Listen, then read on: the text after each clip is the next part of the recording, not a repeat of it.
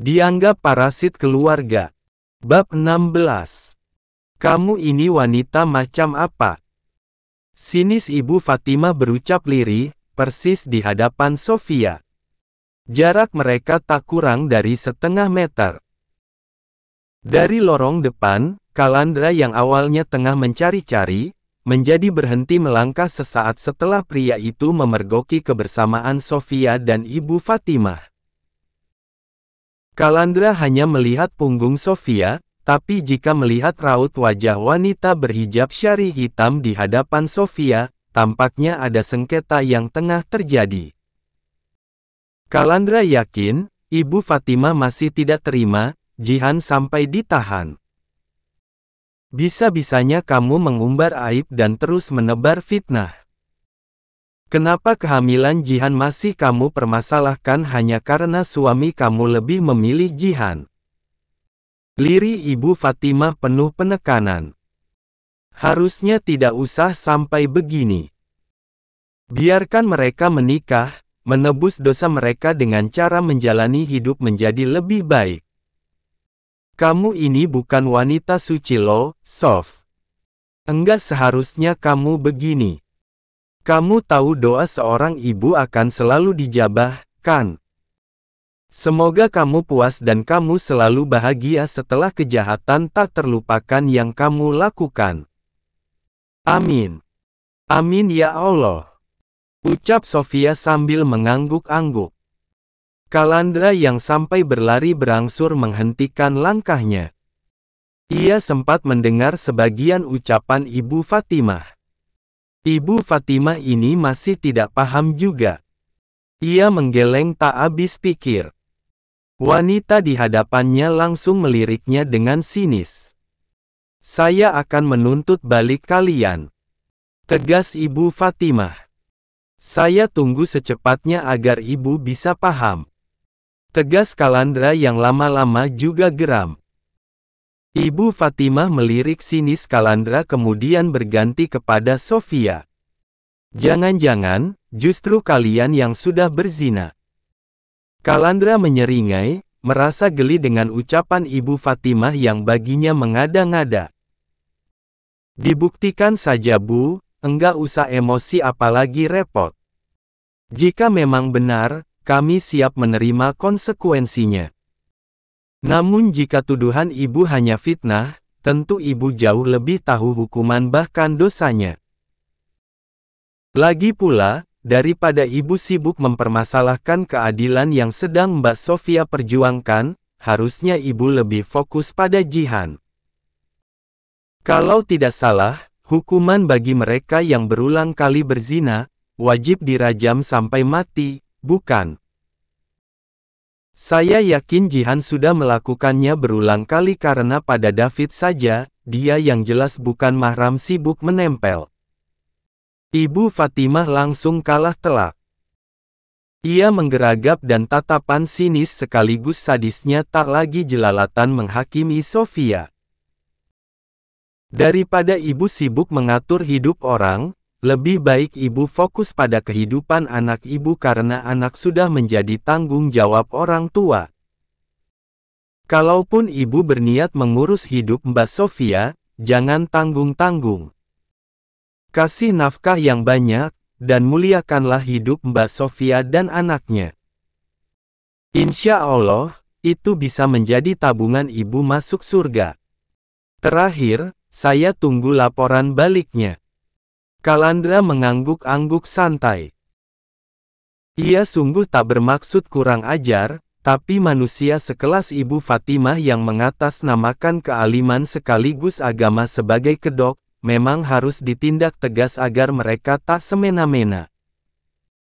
Sore menjelang petang, Sofia dan Kalandra meninggalkan kantor polisi yang ada di kabupaten. Sofia dan Ibu Nur duduk di tempat duduk penumpang. Perjalanan mereka lalui dengan kesunyian. Hanya sesekali terdengar tangis kecil dari Daim yang akan langsung tenang ketika Sofia timang. Sekitar pukul 6 sore, mereka sampai di warung Sofia yang barang-barangnya tengah dikeluarkan oleh beberapa orang pasar. Mereka membantu Sofia pindahan lantaran penyewa baru juga sudah memboyong barang-barangnya. Ini beneran. Mbak Sofia enggak mau banding dulu. Atau, saya tomboki dulu, bayarnya pakai uang saya dulu, nanti kalau uang tebusan dari David keluar, baru Mbak urus, ucap Calandra yang masih duduk di balik kemudinya. Ia sengaja balik badan hanya untuk menatap Sofia yang ada di belakangnya.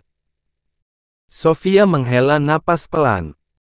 Saya enggak mau menutup jalan rezeki orang karena penyewa baru pun sudah siap dagang, Mas. Sudah ada kesepakatan antara pemilik ruko dan penyewa baru. Mereka beneran enggak salah karena yang salah, si David. Wah. Batin Calandra benar-benar syok. Terus, Mbak mau kemana? Mumpung saya di sini, saya antar sekalian. Terus, Senin depan gimana? Saya juga masih mau pesan nasi kotak karena orang-orang juga langsung cocok sama masakan Mbak Sofia. Sofia bingung. Ia menunduk lesu. Nanti akan tetap saya buatkan, Mas. Baginya, pamali menolak rezeki terlebih itu berkaitan dengan Calandra yang telah membantunya. Calandra sangat berjasa kepadanya. Oh, berarti Mbak Sofia sudah punya warung baru. Sergah Calandra yang jujur saja langsung merasa lega. Sofia menggeleng lemah. Belum, Mas. Masih pikir-pikir sambil cari. Namun untuk pesanan rutin Mas yang tiap hari Senin, saya akan tetap membuatkannya. Oh. Lirih Calandra sambil mengangguk-angguk. Beberapa saat kemudian, mereka menjadi bagian dari pemboyongan barang-barang Sofia. Untuk sementara, semua barang itu ditaruh gudang pasar, gudang bersama. Sepanjang itu, Sofia yang sudah telanjur menganggap ruko tersebut seperti ruko sendiri, beberapa kali menitikkan air mata. Sambil mengemban daim, Sofia tampak sangat lemas. Beberapa kali wanita itu menyeka sekitar mata kemudian menghela napas pelan. Sofia tampak memaksakan diri untuk tegar. Membuat yang melihat termasuk Calandra yang mengetahui perjalanan perjuangan Sofia, makin tidak tega. Malam ini, Sofia akan menginap di rumah Ibu Nur. Pakaian dan keperluan lain sudah diboyong oleh putri wanita itu. Sementara baru saja, Calandra pamit. Terima kasih banyak, Mas. Titip salam buat istri Mas.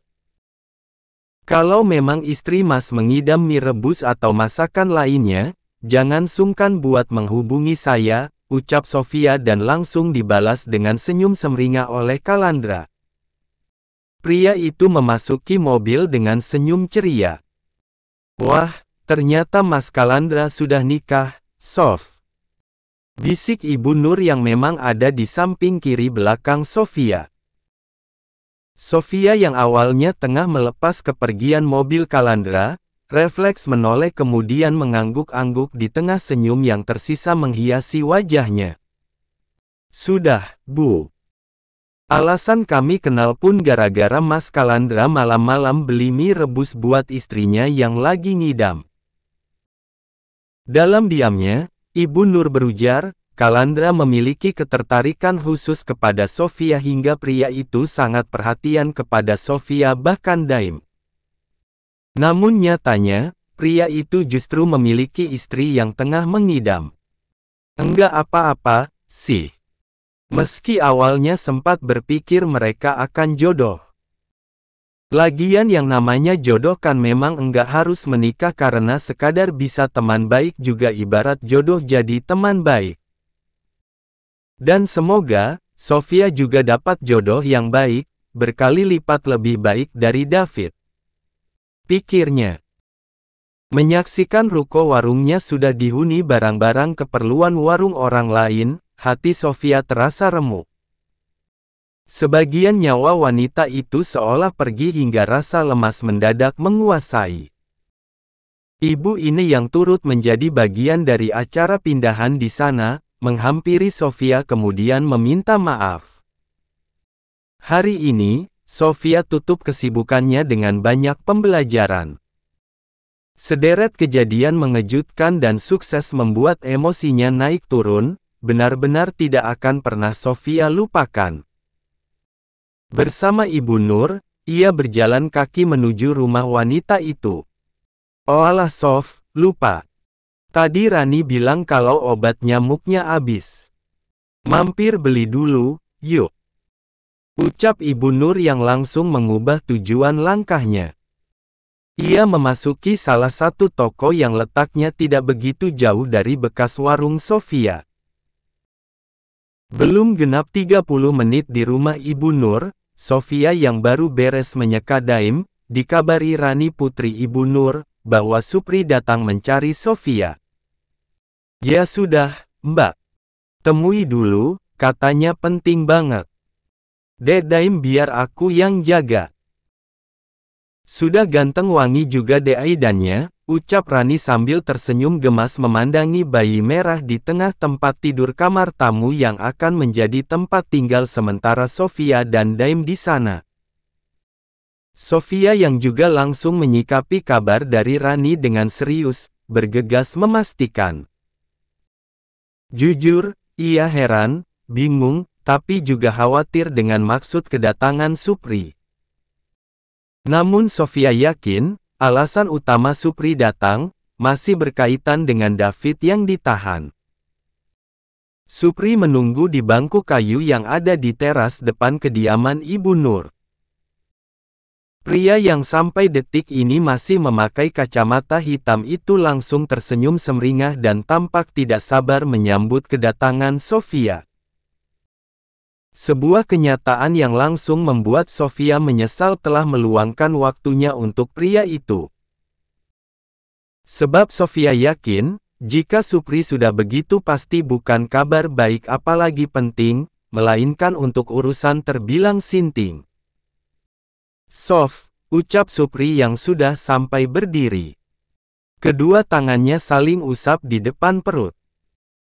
Sofia tidak menjawab dan memang sengaja tetap menjaga jarak terlebih meski begitu, Supri tetap mendekat. Daripada kamu tinggal di sini. Aku siapkan kontrakan saja, ya. Ucap Supri yang sampai berbisik-bisik. Maksud kamu apa, bilang begitu. Balas Sofia sinis. Supri menghela napas cepat, maju mendekat meski Sofia juga kembali menjaga jarak. Wanita yang makin hari makin cantik itu menatapnya dengan tatapan galak layaknya biasa. Sof, masa kamu masih enggak ngerti juga? Aku serius, aku sayang kamu. Aku bakalan kasih kamu yang kamu mau. Ucap Supri. Sofia menggeleng tak habis pikir. Kamu bicara kayak gitu sadar, apa memang kesurupan? Urus istri sama anak-anak kamu saja enggak becus, ini malah. Ya ampun, Sof. Urusan itu biarin aja. Yang penting kita sama-sama seneng. Jihan saja ketagihan sama servisanku. Sergah Supri. Hah. Sofia benar-benar syok dan langsung tidak bisa berkata-kata. Apa yang baru saja Supri katakan tak ubahnya kabar sekaligus fakta yang teramat mengejutkan. Iya makanya kamu mau, ya. Aku janji, aku bakalan kasih kamu yang lebih spesial. Nanti kita ngontrak di sekitar terminal aja. Di sana kontrakannya jauh lebih bagus. Supri masih sibuk meyakinkan. Padahal Sofia yang masih sangat syok, makin jijik kepada Supri bahkan Jihan yang sudah pernah dengan Supri. Benar-benar luar biasa. Luar biasa banget, kamu, Mas. Aku sampai enggak bisa berkata-kata. Ucap Sofia yang saking jijik sekaligus geregetan. Namun, ucapan tersebut terdengar sebagai pujian untuk Supri. Pria itu langsung tersenyum GR kemudian berdeham. Ah, sebenarnya biasa saja, Sof. Sana-sini memang sibuk memuji aku, padahal aku merasa biasa saja. Namun khusus buat kamu, kamu bakalan dapat yang paling spesial karena kamu memang sangat spesial buat aku, Sof. Wanita sesempurna kamu hanya pantas dicintai, Sof. David saja yang goblok bisa-bisanya dia menyia-nyiakan kamu. Ucap Supri menatap Sofia penuh keseriusan. Kamu dan David sama saja, Mas. Malahan Mas lebih goblok, tahu-tahu David goblok, masih saja jadi parasit di rumah tangganya. Heran. Aku beneran heran. Ada orang enggak tahu malu sekelas Mas yang sekadar makan dan tinggal saja numpang, terus apa-apa serba minta sumbangan, tapi kelakuan Mas beneran nol besar. Sadis Sofia sambil bersedekap. Kalau Mas berpikir aku mau sama Mas, Mas salah besar. Mas salah alamat. Yang mau kerja saja aku tendang, apalagi yang modal rayuan dan kelakuan dakjal sekelas Mas. Ngaca, Mas. Lihat anak kamu sudah sebanyak itu. Malu. Pantas Mas berjodoh sama yang sekelas Mbak Anggun. Kelakuan kalian nyaris kembar siam. Tak mau ada fitnah, Sofia sengaja berteriak memanggil orang rumah. Karena bisa ia pastikan, lidah manusia tak tahu malu sekelas Supri jauh lebih berbahaya dari lidah ular berbisa.